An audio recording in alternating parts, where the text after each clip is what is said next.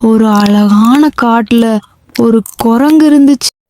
அந்த குரங்குக்கு என்ன தெரியுமா, பழம் சாப்பிடுறதுக்கு ரொம்ப ரொம்ப ஆசை.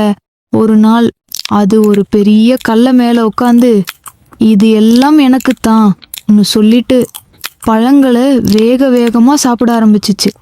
ஒன்னா ரெண்டா இல்ல நிறையா. அப்படியே தின்னிட்டு தின்னிட்டு சுத்தி முழுக்க தோள்கள் எல்லாம் போட்டுட்டு, ஆஹா ரொம்ப சூப்பரா இருக்கு சிரிச்சிச்சு.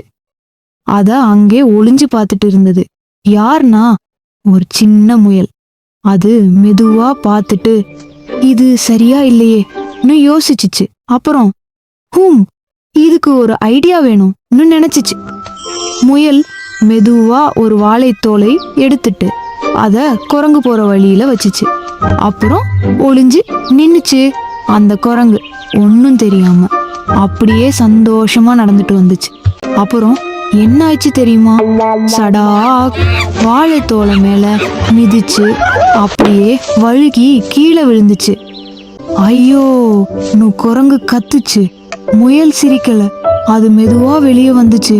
பாரு நண்பா, அளவுக்கு மீறி சாப்பிட்டா இப்படிதான் ஆகும்னு சொன்னுச்சு.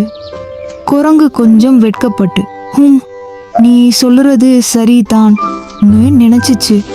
அதுக்கப்புறம் இருவரும் சேர்ந்து அந்த இடம் முழுக்க சுத்தம் பண்ண ஆரம்பிச்சாங்க.